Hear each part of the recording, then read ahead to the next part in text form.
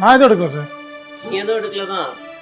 ஆனால் யாரோ 50 மூட்டை சிமெண்ட் எக்ஸ்ட்ராவாக ஆர்டர் பண்ணி எடுத்தாங்கன்னு சொல்லிட்டு சொல்லியிருக்கியாமே.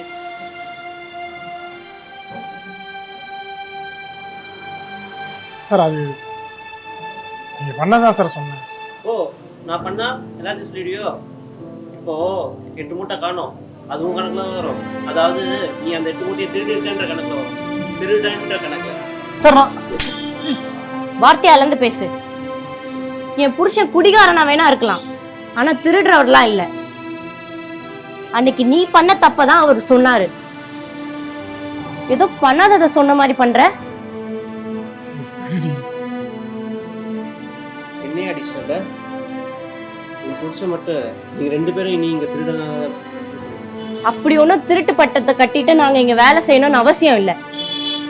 வய போலாம். ஒரு நிமிஷம், அப்ப அந்த சிமெண்ட் மூட்டை காசு நாங்க ஏன் தரணும்? நீங்க தான் தரணும். சிமெண்ட் மூட்டையை நீங்க தான் எடுத்தீங்க அப்படின்னு தான் நான் போலீஸ் கிட்ட சொல்றேன். கடைசியில் உங்க 2 பேர் மேல தான் கேஸ் போடுவாங்க. அப்படி ஒன்றும் திருட்டு பட்டத்தை கட்டிட்டு நாங்க இங்க வேலை செய்யணும்னு அவசியம் கிடையாது. ஏய் என்னடி பண்ற?